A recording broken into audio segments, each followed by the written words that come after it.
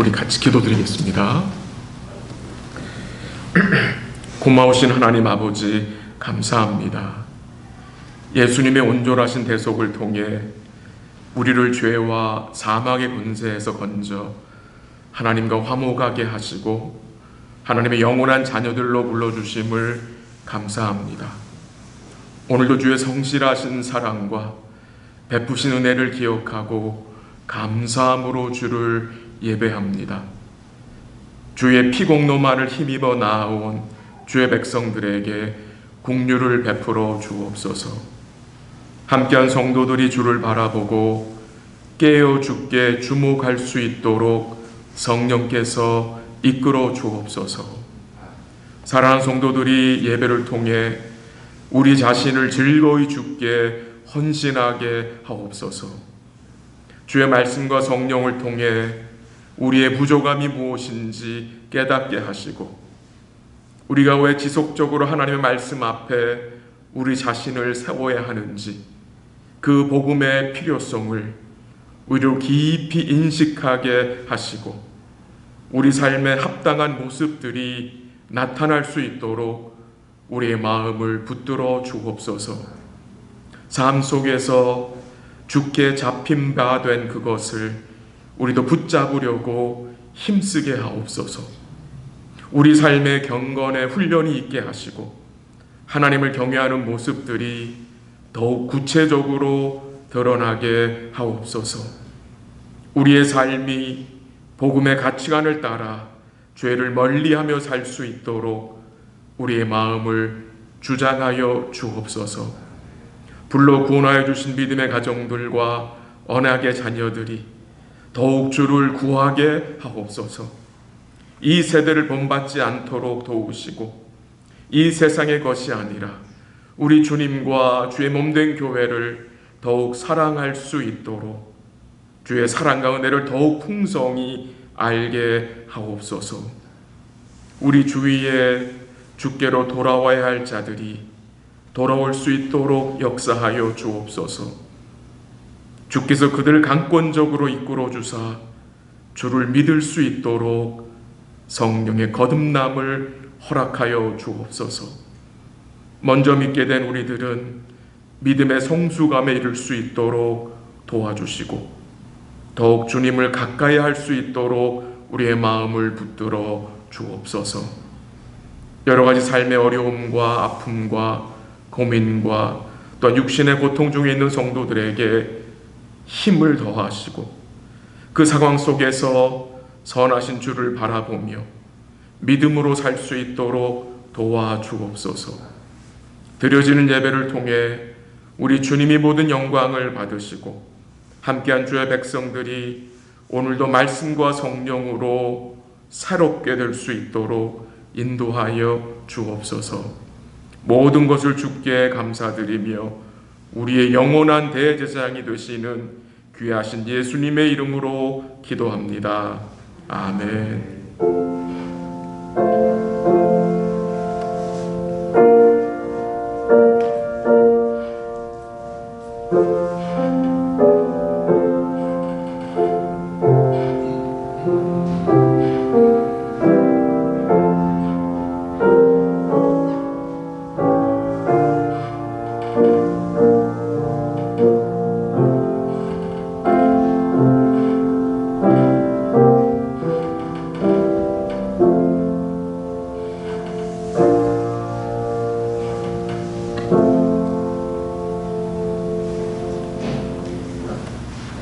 하나님의 말씀 신약성경 히브리서 7장 24절 25절 보겠습니다. 히브리서 7장 24절 25절 제가 가진 성경은 360면입니다.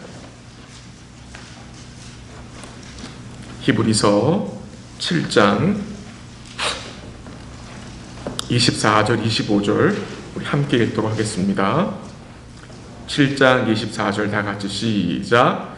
예수는 영원히 계심으로 그 제사장 직분도 갈리지 아니하느니라. 25절 그러므로 자기를 힘입어 하나님께 나아가는 자들을 온전히 구원하실 수 있으니 이는 그가 항상 살아계셔서 그들을 위하여 간구하심이라. 아멘. 우리 한 절 더 볼게요. 9장 가보세요. 9장 28절 한 절 더 읽습니다. 히브리서 9장 28절 다 같이 시작. 이와 같이 그리스도도 많은 사람의 죄를 담당하시려고 단번에 들이신 바 되셨고 구원에 이르게 하기 위하여 죄와 상관없이 자기를 바라는 자들에게 두 번째 나타나시리라. 아멘. 여러분 가지고 있는 소교리 문답 25번 같이 읽죠. 제가 문제 읽으면 여러분 답을 읽어주시면 좋겠습니다. 5페이지 가장 밑에 문답 25, 문제 25번. 그리스도께서 제사장직을 어떻게 수행하십니까? 께서는 단번에 자기를 희생 제물로 드려 하나님의 공의를 속상하시며 우리를 하나님과 더불어 화목하게 하시고 우리를 위하여 끊임없이 중보하심으로 제사장직을 수행하십니다. 아멘. 제가 지난 시간에 그리스도의 선지자 직분에 대해서 말씀을 살펴보았습니다. 그리스도의 선지자직의 핵심은 예수님께서 말씀과 성령으로 하나님의 뜻을 우리에게 계시하는 것이라고 말씀드렸습니다. 왜 하나님의 뜻을 바르게 계시하는 것이 중요합니까? 그래야 무엇이 일어날 수 있습니까? 구원입니다. 구원. 그래서 그 24번에서 뭘 그러셨어요? 우리를 구원하시기 위한 하나님의 뜻을 예수님이 말씀과 성령으로 계시하셨다 그래요. 계시하신 이유가 뭡니까? 구원 역사가 나타나도록. 하나님의 뜻인 복음을 바르게 계시하지 않으면, 복음을 바르게 전하지 않으면 구원의 역사가 나타나지 않습니다. 그리스도의 선지자 직분은 우리의 구원과 연결되는 것을 우리는 잊지 말아야 합니다. 또한 지난 시간에 말씀드린 것 중에 한 가지는 우리가 구약에 있는 선지자 같은 자들은 아니지만 그리스도의 선지자 직분에 참여된 자라 그랬습니다. 그 말씀 무슨 의미입니까? 우리가 기록된 말씀 가운데 우리의 유일한 구속자 되신 주님을 믿게 되었고 그와 연합되어 말씀 가운데 그와 교제하며 그와 함께 거하며 이제 우리도 하나님의 뜻인 그 복음을 우리의 말과 삶을 통해서 나타내는 것이라고 말씀을 드렸습니다.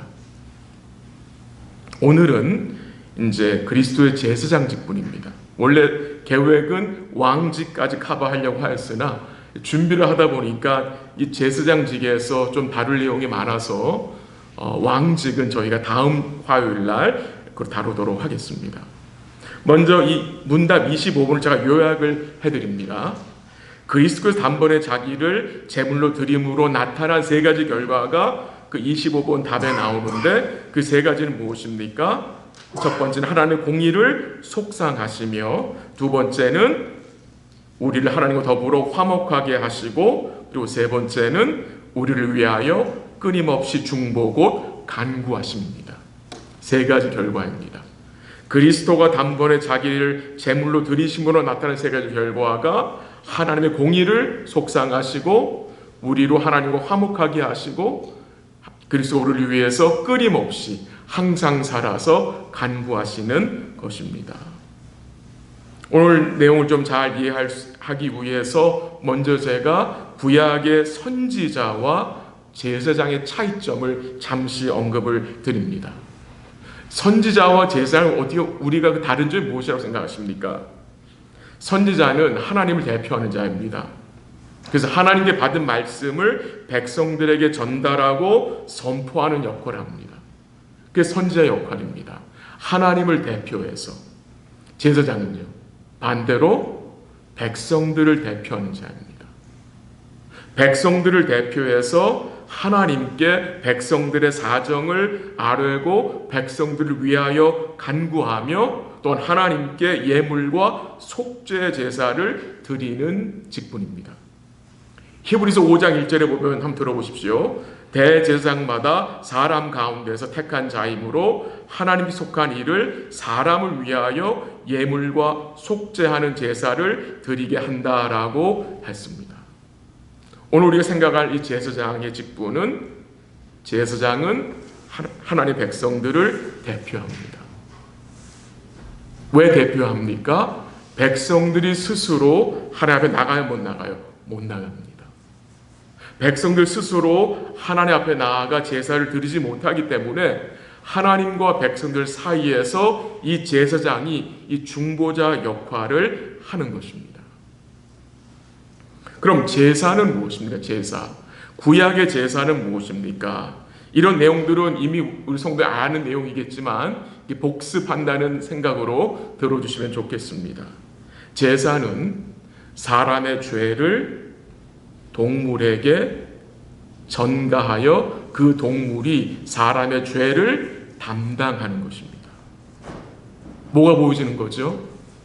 주님이 우리의 죄를 대신 감당하신 그 대속의 원리, 대신 죽은 원리가 구약의 제사에서 드러나는 것입니다. 그래서 구약의 제사는 짐승이 짐승이 이스라엘 백성을 대신 죽는다는 것은 죄 없으신 예수님이 여러분과 저의 죄를 위해 대신 죽는다는 그 원리를 구약부터 보여주신 것입니다. 근데 이 구약의 짐승 제사에 한계가 있습니다. 여러분, 그 한계가 무엇입니까? 구약의 짐승 제사로는 죄가 용서됩니까? 되지 못합니까? 되지 못합니다. 그럼 제사를 왜 드립니까? 황소의 피로, 염소의 피로는 죄를 용서받지 못하는데 왜 그렇게 많은 제사를 하나님이 드리게 하셨습니까? 그 이유는 너무 간단합니다. 그 드리는 제사를 통해서 오실 예수님, 오셔서 그들에게 온전한 대속을 이루실 그 예수 그리스도를 바라보고 믿게 하기 위해서 구약 제사를 하나님이 정하신 것입니다. 또한 동시에 이 구약의 제사는 그 제사를 드리는 백성들로 하여금 죄의 심각성을 깨닫게 하고 죄를 기억나게 하는 것입니다. 여러분 생각해 보십시오. 제사를 드릴 때에 얼마나 많은 피가 나옵니까? 제사 드릴 때마다 그 염소, 황소의 피가 그 땅에 완전히 적셔지잖아요. 근데 그 짐승을 누가 죽입니까, 여러분? 누가 각을 뜹니까? 백성들이 각을 뜨는 거예요. 보통 일이 아닙니다, 여러분. 우리가 살아있는 생선 벨 딸 때 여러분 쉽습니까?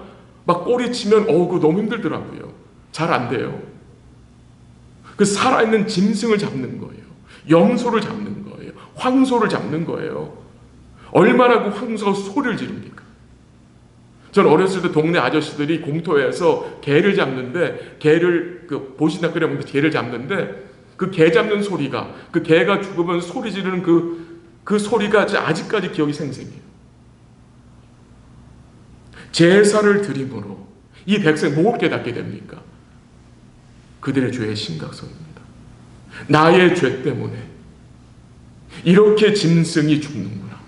내가 죽어야 되는데, 내가 이 심판을 받아야 되는데 이 짐승 대신 죽는군 하면서 오실 메시아를 바라보고 죄를 기억하게 함으로 죄를 멀리하게 하는 역할을 하는 것입니다. 제사가.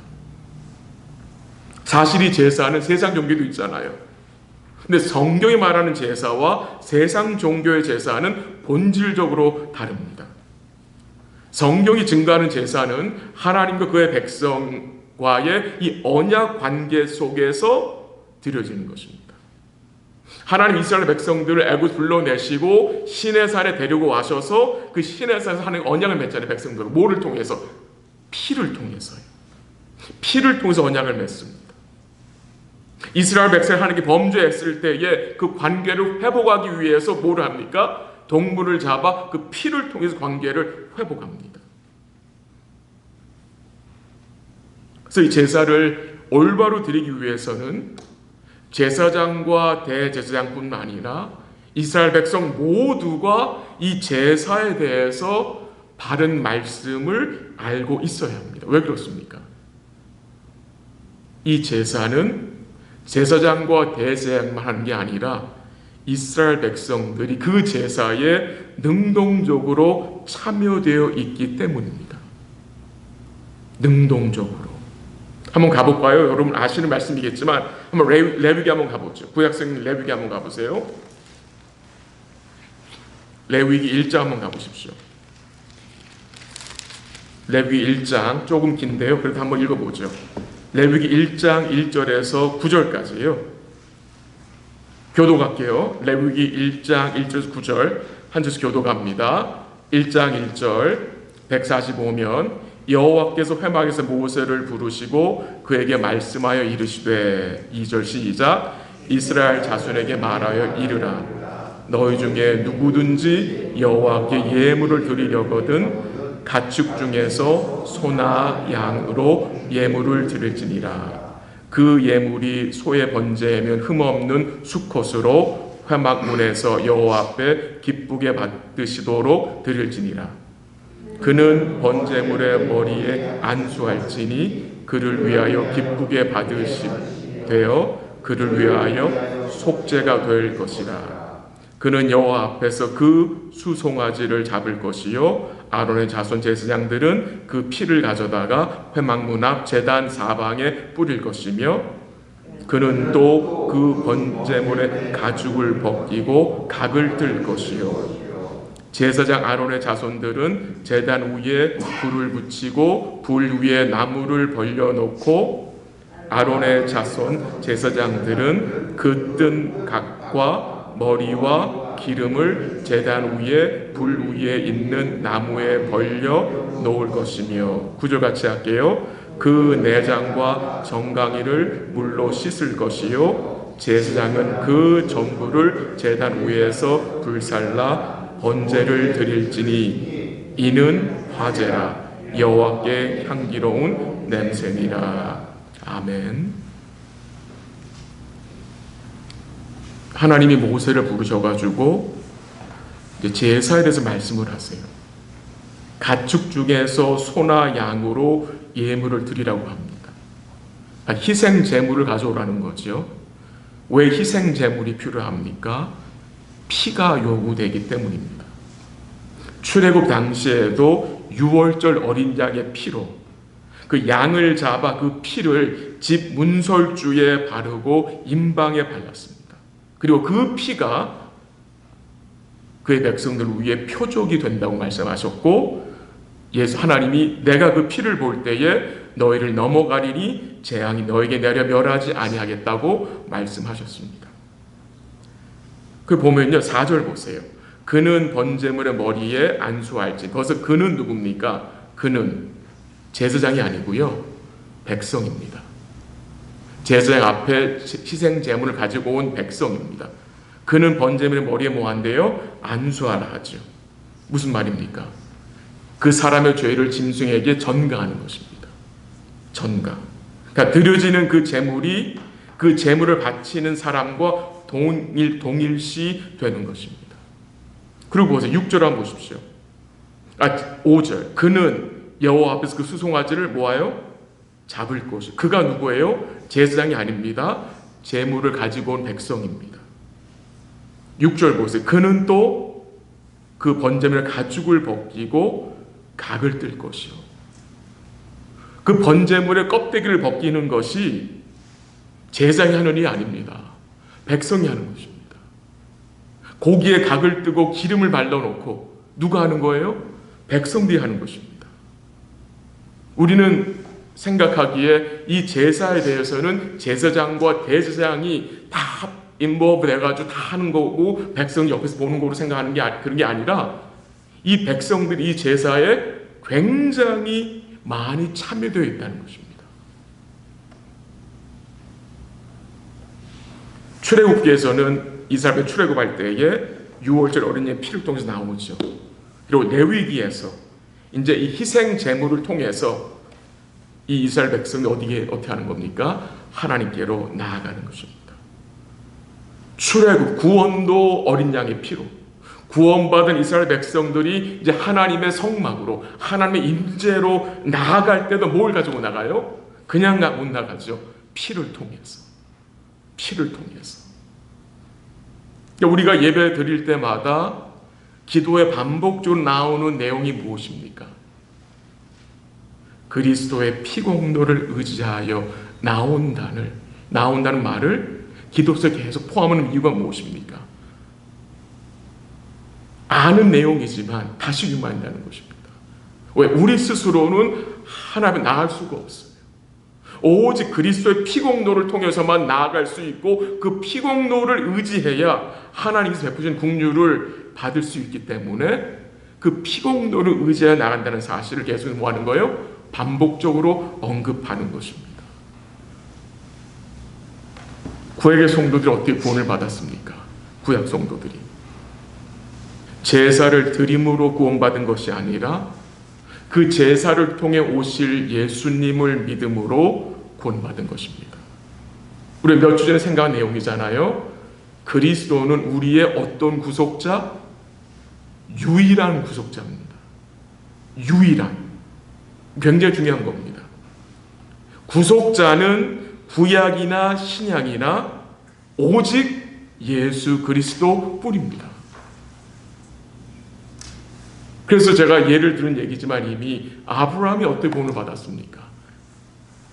아브라함이 할례 받았기 때문에 구원받았습니까? 아니면 그가 이삭을 독자 이삭을 하나님 들여서 받았습니까? 둘 다 아니죠. 둘 다 아니죠. 아브라함이 구원 어떻게 받았느냐? 하나님이 아브라함에게 먼저 복음을 전해주셨다고 갈라디 3장 8절에 증거했습니다. 이게 놀라운 겁니다. 아브라함의 하나님이 복음을 전해주셨어요. 그럼 이 복음은 무엇입니까? 그의 아들에 관한 내용인데 그의 아들에 관한 내용을 구약의 선지자들이 이미 그의 백성이 뭐 했어요? 전한 내용이에요. 구약이나 신약이나 오직 유일한 구속자는 예수 그리스도. 예수님 오기 전에 그 오래전 사람들, 성경 없을 때 그 사람 어떻게 구원받느냐? 하나님 택한 백성들을 하나님이 아브라함을 구원하셨듯이 그가 그들에게 복음을 전하셔서 복음으로 예수를 믿게 하시는 것입니다. 그게 하나님의 구원 역사입니다. 어떤 사람은 할례 받게 해서 어떤 사람은 뭐 선한 양심 때문에 절대 아닙니다. 그 어느 누구도 선한 양심을 구원받지 못합니다. 왜요? 유일한 구속자는 오직 예수 그리스도 뿐이고 예수 외에 다른 길은 구원의 길은 존재하지 않습니다. 우리 그리스도 예수께서 단번에 자기를 희생 제물로 드렸다고 했습니다. 단번에 자기 자신을 희생제물로 드렸어요. 이 예수 그리스도 제사장 직분과 구약의 제사장 직분의 차이점이 있습니다. 크게 두 가지로 말씀드릴 수 있는데 첫 번째 차이점은 무엇이냐? 구약의 제사장들은 짐승 제사를 드렸어요. 근데 예수님은 짐승 제사를 드리지 않았고 뭘 드렸습니까? 자기 자신을 희생제물로 드리셨습니다. 엄청난 차이점이 있는 거죠. 그리고 구약의 제사장들은 수없이 많은 짐승을 반복적으로 드렸습니다. 근데 예수님 몇 번 드리셨어요? Once for all. 단 한 번. 그 단 한 번의 자신을 드림으로 그 온전한 제물을 통해 여러분과 저의 영원한 속죄가 Eternal Redemption이 이루어졌다고 성경은 증거합니다. 그게 차이점입니다. 자기 자신을 단번에 드려 여러분과 저의 영원한 속죄, 영원한 죄사함을 이루셨다는 것입니다. 제가 몇 구절 읽어드릴게요. 그냥 들어보세요. 가지 마시고 시간이 없으니까. 히브리서 9장 12절.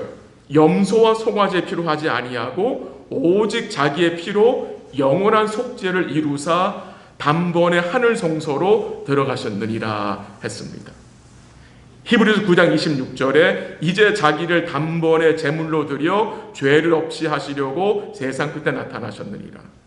히브리서 10장 12절 18절에 오직 그리스도는 죄를 위하여 한 영원한 제사를 드리시고 하나님 우편에 앉으사 다시 죄를 위하여 제사 드릴 것이 없느니라 라고 했습니다. 강조된 내용은 자기 자신, 단번, 온전한 제사, 영원한 속죄. 놀라운 거죠. 이것을 믿는 자들은 구원의 반열에 참여되는 것입니다.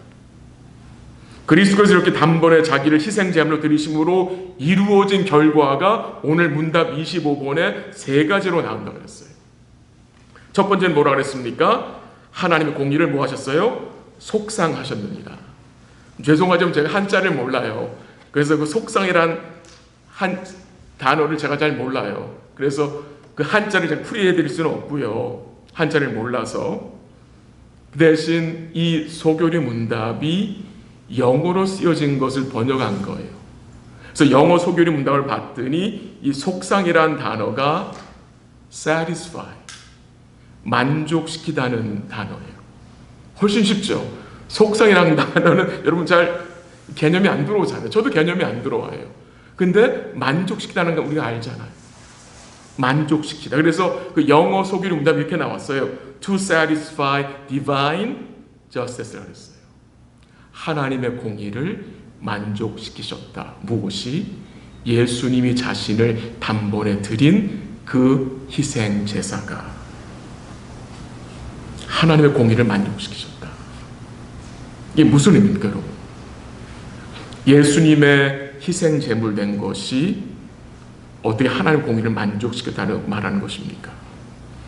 먼저 구약의 제사는 그 짐승의 피로는 하나님의 공의를 만족시킬 수 없습니다.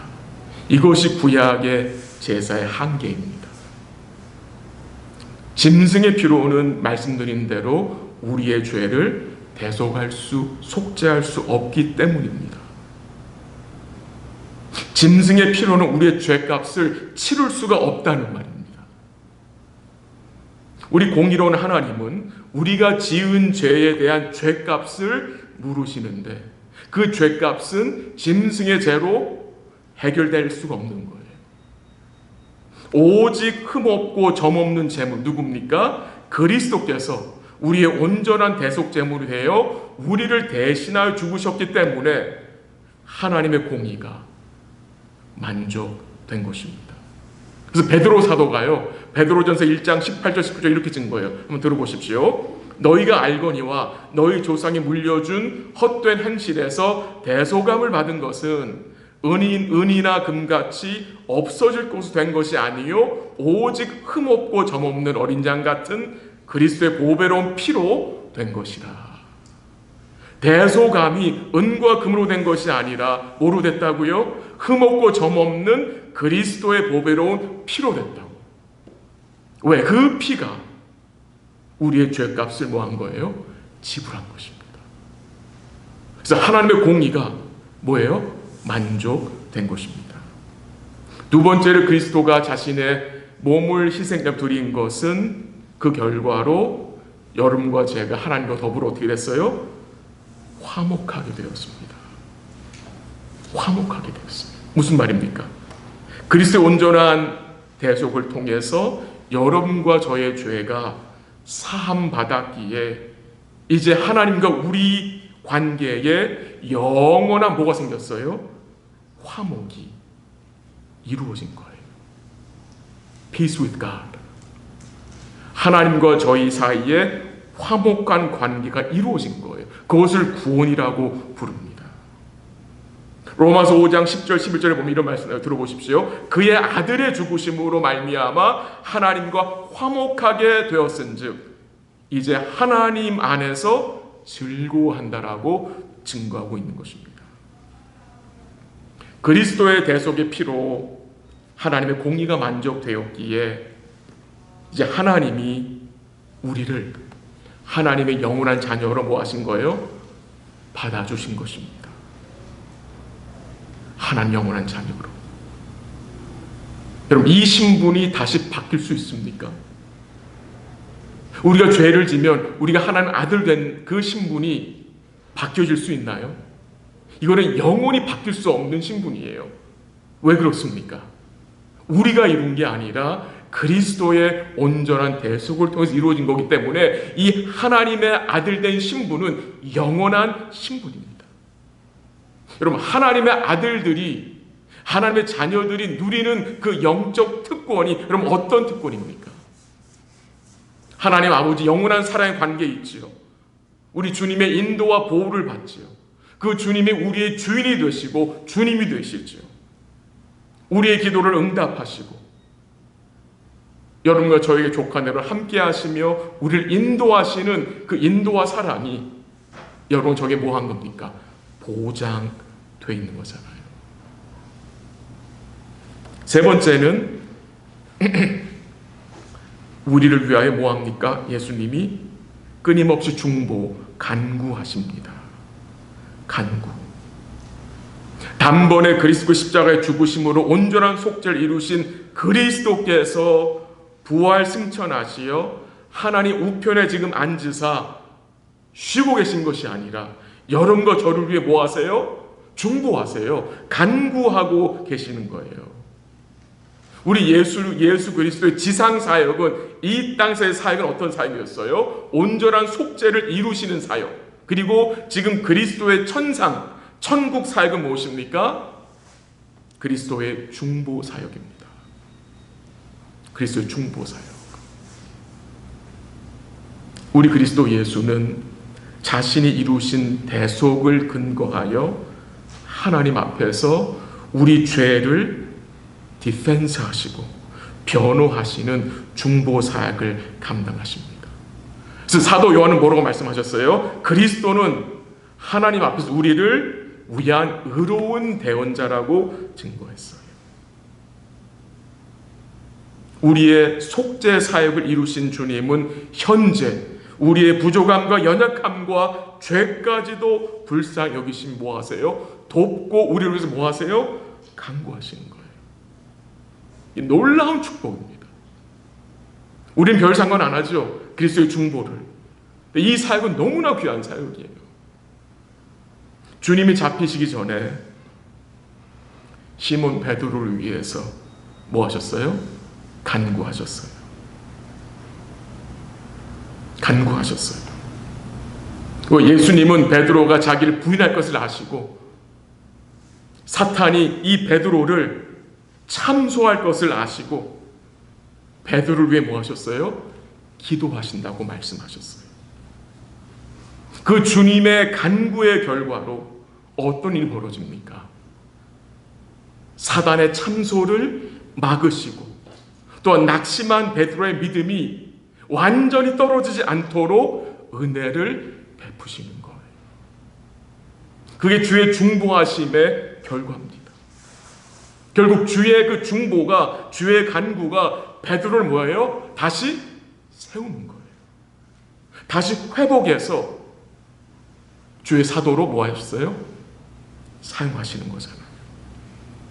그게 주의 간구하신 중보 사역의 하나예요.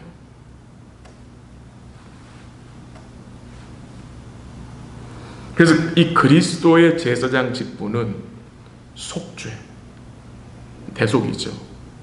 그리고 중보, 간구 두 개로 요약할 수 있습니다.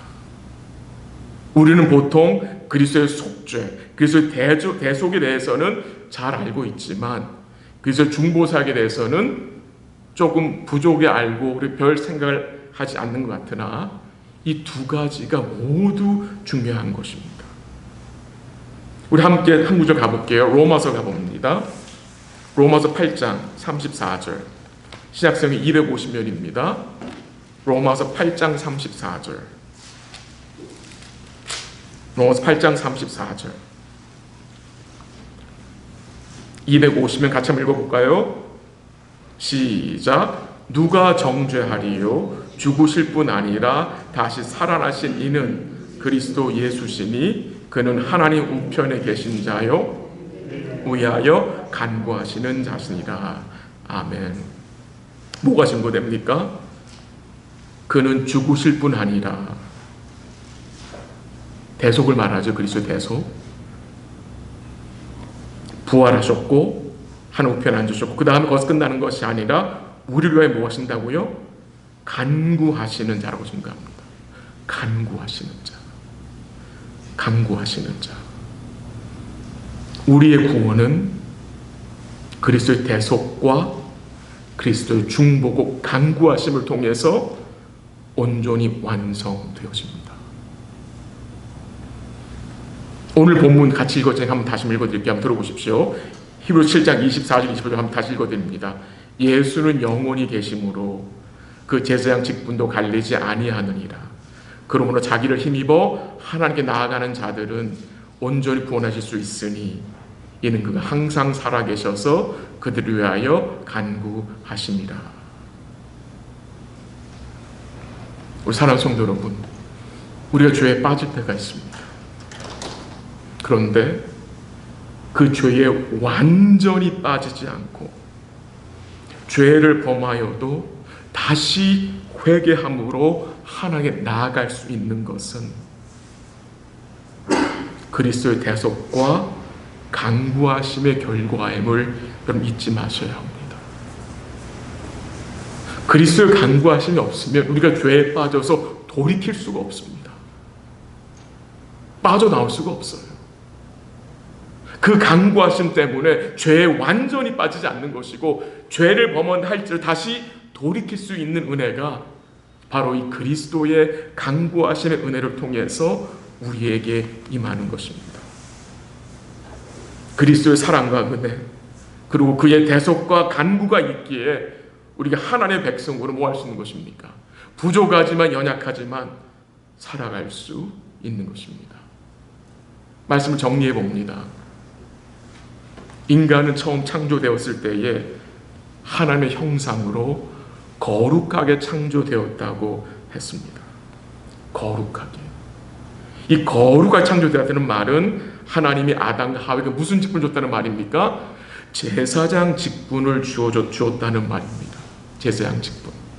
그런데 아담과 하와가 하나님께 범죄함으로 하나님의 관계가 단절됐죠. 끊어졌죠. 그 단절은 곧 무엇을 말합니까? 영원한 사망을 말합니다. 사망. 이 영원한 사망은 단순히 육신의 죽음만을 말하는 것이 아닙니다. 이 사망이 어떤 사망입니까? 이 사망의 권세 아래 들어가 있는 거예요. 죄의 권세 아래 들어가 그 죄가 그 사망이 왕노릇하고 있는 거예요. 그 밑에 있는 거예요. 그 죄의 권세 아래서 스스로 빠져나갈 수가 없는 거예요. 근데 예수님이 그의 온전한 대속과 그의 부활을 통해서 우리를 죄의 권세에서 뭐 한 거예요? 건져주신 거예요. 거기서 빼주신 거예요. 거기서 해방시켜 주신 거예요. 마치 이스라엘 백성들이 바로 밑에 있다가 빠져나온 것 같이 그리스도의 대속은 그의 부활은 그의 구원은 우리를 이 죄의 권세 밑에서 이 사망의 권세로 우리를 건져주신 거예요. 그리고 여러분과 제가 하나님과의 관계 어떻게 됐어요? 화목되었지요. 무엇을 통해서? 그리스도의 제사장 직분이 온전히 감당하심으로 이 구원이 이루어진 거예요. 구약 성경은 이 그리스도의 온전한 제사장 직분을 보여주기 위해서 제사장직과 제사에 대해서 말씀하신 것이고 그 제사장과 직분이 그리스도가 오셔서 이룸으로 이제 우리의 구원이 어떻게 된 거예요? 이루어진 것이잖아요. 우리 사랑하는 성도 여러분, 우리가 주 안에 거하는 성도들인데 여러분과 제가 그리스도의 제사장 직분에 참여되어 있는 거예요. 마치 여러분과 제가 그리스도의 선지자 직분에 참여된 것과 같이 그리스도의 제사장 직분에 참여되어 있다는 거예요. 즉 주님이 우리에게 원하시는 삶이 있거든요. 그럼 그 삶이 어떤 삶이겠습니까? 이제 그리스도의 온전한 제사를 통해 하나님과 화목된 여러분과 저는 이제 그 하나님 뭐 해야 됩니까? 즐거워해야 합니다. 그 하나님을 기뻐하는 것입니다. 그게 하나님 원하시는 것입니다. 또 여러분, 저는 그 하나님께 뭐 하는 겁니까? 이 제사 하나님이 뭐예요? 헌신하는 것입니다. 즐거이 헌신. 좀 구체적으로 말씀을 드리면 주님 헌신한다는 말은 예배입니다. 예배를 통해 하나님을 기뻐하며 기도를 통해 주님과 깊은 사귐을 갖고 사는 것이, 이게 바로 뭡니까? 거룩이라는 것입니다. 거룩. 그게 거룩입니다, 여러분. 거룩은 다른 것이 아닙니다. 예배를 통해 우리 자신을 하나님께 드리는 것이 거룩입니다. 거기서 모든 것이 시작이 됩니다. 거기서 우리 거룩한 일상이 시작이 됩니다. 여러분, 교회 역사를 살펴보잖아요. 이 교회의 타락이 왜 나타났느냐? 물론 여러 가지 짚고 있겠지만 한 가지 중요한 이유를 말씀드린다면 예배의 타락이었습니다. 예배의 타락. 예배를 등한시한 것으로 인해서 교회가 타락했다는 거예요. 그리스도의 제사장 직분에 믿음으로 참여한 성도는 어떤 자입니까, 여러분? 구약의 제사장이 제사를 드리는 것처럼 신약의 제사는 무엇입니까? 예배입니다. 그럼 예배가 뭡니까? 주를 붙잡는 것입니다. 주를 붙잡는 것. 사도 바울이 빌립보 3장 11절 이런 고백을 하죠. 들어보십시오. 오직 내가 그리스도 예수께 잡힌 바 된 그것을 잡으려고 달려간다 그랬어요. 참 멋진 고백이에요. 내가 그리스도께 잡힌 바 된 그것을 잡으려고 달려간다. 그리스도께서 우리를 잡았거든요. 그리스도께서 우리를 붙잡았거든요. 그 우리를 붙잡은 그리스도를 우리가 뭐 하는 거예요? 또 붙잡는 거예요. 그게 예배예요. 그래서 우리를 붙잡았어요. 그리스도가 사도 바울을 붙잡았어요. 그 자기를 붙잡은 그리스도를 사도 바울이 뭐 한다는 거예요? 붙잡기 원한다는 거예요. 근데 무엇으로 해서 붙잡느냐? 예배를 통해서, 기도를 통해서, 말씀을 통해서. 그럼 너무나 이게 심플하게 들리십니까? 너무나 간단해 들리세요? 절대 간단한 게 아니에요. 여러분과 저를 그리스도가 붙잡았어요. 나를 붙잡은 그리스도를 우리가 이 예배를 통해서 붙잡는 거예요. 그게 제사장 직분에 참여된 삶을 살아가는 거예요. 그래서 제가 예배를 강조하는 이유가 그겁니다. 예배는 그리스도를 붙잡는 거예요. 그리스도를 붙잡는 성도에게는 주님 뭐 하세요? 은혜를 공급하세요. 반드시 은혜를 주십니다. 우리 사랑하는 성도들과 제가 주의 은혜를 힘입어 참 예배자로 설 수 있기를 기도하고요. 남은 주간도 우리를 붙잡으신 그 주님을 우리도 붙잡자는 거예요. 우리도 붙잡아야 되는 거예요. 그게 성도의 삶인 겁니다. 우리가 그리스도를 붙잡아야 우리가 가정에서, 직장에서, 우리 삶의 터전에서 뭐 할 수 있습니까? 하나님과 화목하라고 말할 수 있잖아요. 하나님과 화목하라고 우리 행동을 통해서 증거할 수 있는 삶을 우리가 살 수 있는 힘이 우리가 그리스도를 붙잡을 때 공급해 주시는 은혜라고 믿습니다. 이런 삶이 될 수 있기를 이 저녁에 함께 기도하기 원합니다. 같이 잠시 기도하겠습니다.